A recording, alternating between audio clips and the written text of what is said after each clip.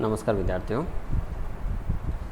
आज बीए भाग द्वितीय वर्ष में मानव भूगोल की विचारधाराएं मानव पर्यावरण के बीच में किस तरह के संबंध पाए जाते हैं और उन संबंधों के अंतर्गत मानव भूगोल में कुछ विचारधाराएं दी गई है, उनका हम बात करते हैं। Schools of human geography. जैसे जैसे मानव भूगोल का विकास होता गया, मानव भूगोल का विकास होने के साथ साथ मानव और पर्यावरण के संबंध है वो घनिष्ठ होते गए, परंतु मानव भूगोल के अंतर्गत जो भूगोलवेत्ता थे उनके विचारों में कुछ विविधता आने लगी। उनके विचार दो अलग अलग पक्षों में विभाजित होने लगे। इन भूगोलवेत्ताओं के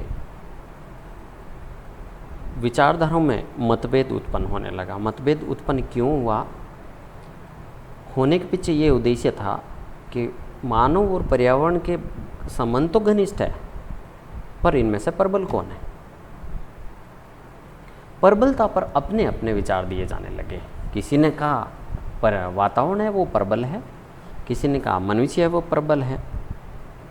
तो किसी ने, कुछ विद्वान जो आधुनिक पीढ़ी के थे, उन्होंने कहा ना तो मनुष्य प्रबल है ना प्रकृति प्रबल है, दोनों आपस में सामंजस्य स्थापित करके मध्यम मार्ग का रास्ता उन्होंने निकाला, मध्यम मार्ग की विचारधारा दी। तो इस तरह से भूगोलवेत्ताओं के बीच में जो एक द्वंद्वात्मक स्थिति थी, आपसी मतभेद की स्थिति थी, इस मतभेद के कारण ही मानव भूगोल में तीन तरह की विचारधाराओं की उत्पन्न हुआ। ये तीन तरह के विचारधाराएं आई। सबसे पहली विचारधारा थी जिसको नियतिवाद या निश्चयवाद कह सकते हैं, पर्यावरणवाद भी कह सकते हैं। दूसरी विचारधारा संभववाद, तो और तीसरी विचारधारा थी नवनिश्चयवाद। ये तीन विचारधाराएं निकल के आई। इन तीनों विचारधाराओं में किसी न किसी एक तथ्य को विशेषतः महत्व दे रखा है। देखिए आप, पहले नियतिवादी या निश्चयवादी विचारधारा। मानव भूगोल हो चाहे भूगोल में सबसे पहली विकसित विचारधारा थी, पहली विचारधारा जिसकी शुरुआत हुई, और इसके पीछे ये था, ये माना गया, और ये विचारधारा सबसे पहले जर्मन भूगोलवेत्ताओं ने दी है। इस विचारधारा का जो जनक है वो जर्मन भूगोलवेत्ता माने जाते हैं। जर्मन स्कूल ऑफ ज्योग्राफी, वहाँ से विचारधारा ये उत्पन्न हुई है। इस विचारधारा में मूलतः यह कहा गया है कि मानव प्रकृति का दास है और मानव के जो जितने भी क्रियाकलाप हैं उस पर भौतिक वातावरण का प्रत्यक्ष अप्रत्यक्ष रूप से प्रभाव पड़ता है। सीधा सा ये कह सकते हैं कि मानव प्रकृति का गुलाम है और जितने भी क्रियाकलाप प्रकृति में संपादित रहकर करता है वो प्रकृति के नियमों के अनुसार ही संपादित करता है, वो कुछ प्रकृति में ज़्यादा परिवर्तन नहीं कर पाता।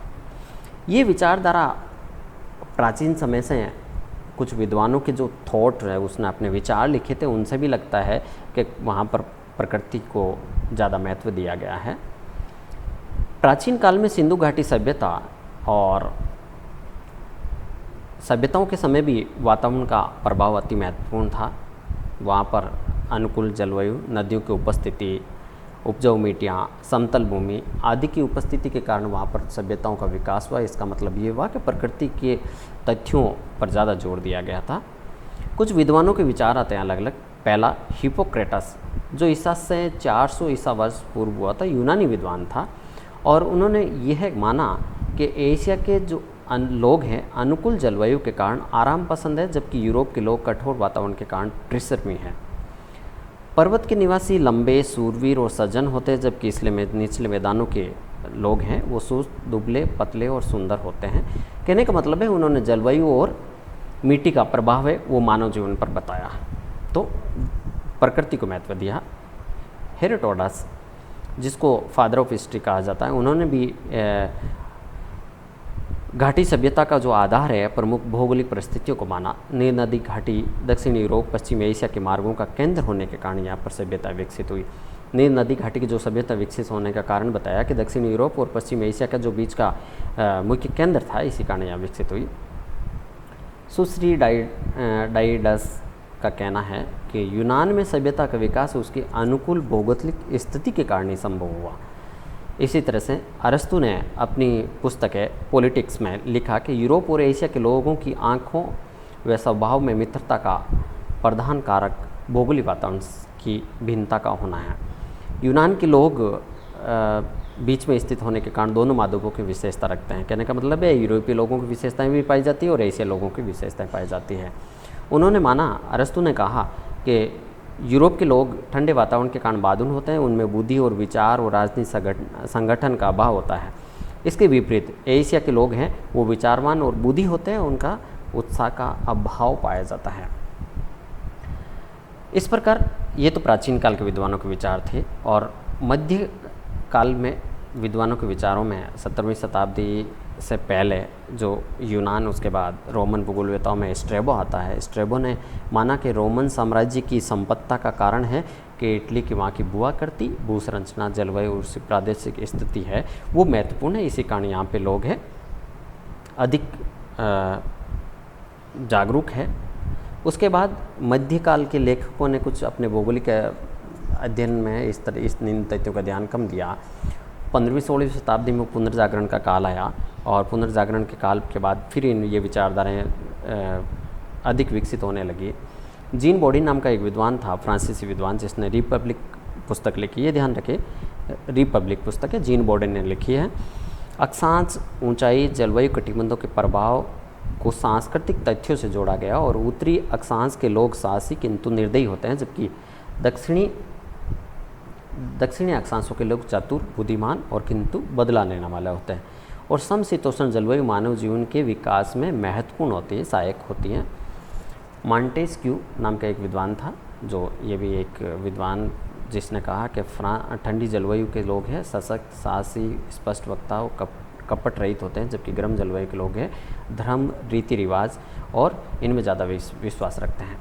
इसके बाद 19वीं शताब्दी में लोगों ने विचारधारा ज़्यादा विकसित हुई। जर्मन भूगोलवेता थे, वारेनियस, फोस्टर्स, बंधु, हम्बोल्ट, कार्ल रिटर, रेडजेल आदि सब लोगों ने विशेषतः नियतिवादी विचारधारा को और ज़्यादा सशक्त किया और इस विचारधारा को प्रभावी बनाया।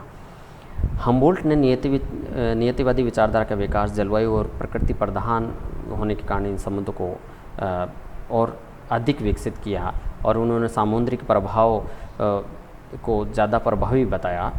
अरब लोगों की नक्षत्र विद्या वहाँ के स्वच्छ आकाश में होने के कारण बताया। कार्ल रिटर ने भी अपने पृथ्वी और उसके निवासियों पर स्पष्ट संबंधों का स्पष्ट व्याख्या की और उन्होंने बताया कि भूमि जिस क्षेत्र में जहाँ लोग निवास करते हैं वहाँ के आसपास का भूमि है वो उस निवासियों को प्रभावित करती है।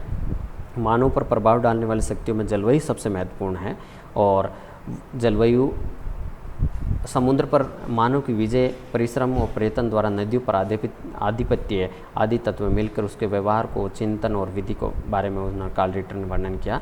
इस तरह से हेकल और बक्कल ने भी इस तरह का अपने विचार प्रस्तुत किए। उन्होंने कहा इंग्लैंड की सभ्यता का विकास है वो वहाँ की अनुकूल जलवायु के कारण हुआ। डिमोलोनिस, डार्विन्स, फ्रेडरिक रेडजेल एंथ्रोपोजियोग्राफी की बुक लिखी और नियतिवाद विचारधारा का प्रमुख कट्टर पोषक और प्रतिपादक माना जाता है। उन्होंने ये माना कि नियतिवादी विचारधारा है वो मूलतः विकसित करने का या विचारधारा देने का फ्रेडरिक रेडजेल ही थे जिन्होंने अपनी विचारधारा दी। उन्होंने संपूर्ण पृथ्वी को एक इकाई के रूप में माना और हमारी बुद्धि, सभ्यता, संस्कृति की प्रगति एक तुलना एक चिड़िया की स्वच्छ उड़ान से नहीं की जा सकती, तुलना उनके एक पौधे के ऊपरी तने से हो सकती है। कारण है कि हम सदैव पृथ्वी से आबद्ध तथा शाखाएं तने में अवलंबित हो सकती है। मानव अपना मस्तिष्क आकाश में चाहे कितना ही ऊंचा क्यों नहीं उठा ले तथापि उसके पेट धरती पर ही टिके रहेंगे और उसकी धूल प्रकृति में विलीन होती रहेगी। ये कोटेशन है उनकी। इसी तरह से उनकी शिष्या कुमारी चर्चिल सैंपुल ने भी अपने विचार है इन्फ्लुएंस ऑफ ज्योग्राफिक एनवायरनमेंट अपनी पुस्तक में नियतिवादी घोर समर्थक थी और इसने भी माना कि मानव पृथ्वी तल की उपज है। ये कोटेशन विशेष तौर से ध्यान रखें, मानव पृथ्वी तल की उपज है। और उन्होंने कहा कि मानव मात्र मोम का पुतला है जिसे प्रकृति अपनी इच्छा अनुसार डालती। कहने का मतलब है प्रकृति को सबसे ज़्यादा जोड़ दिया गया। तो इस तरह से हंटिंगटन ने भी कहा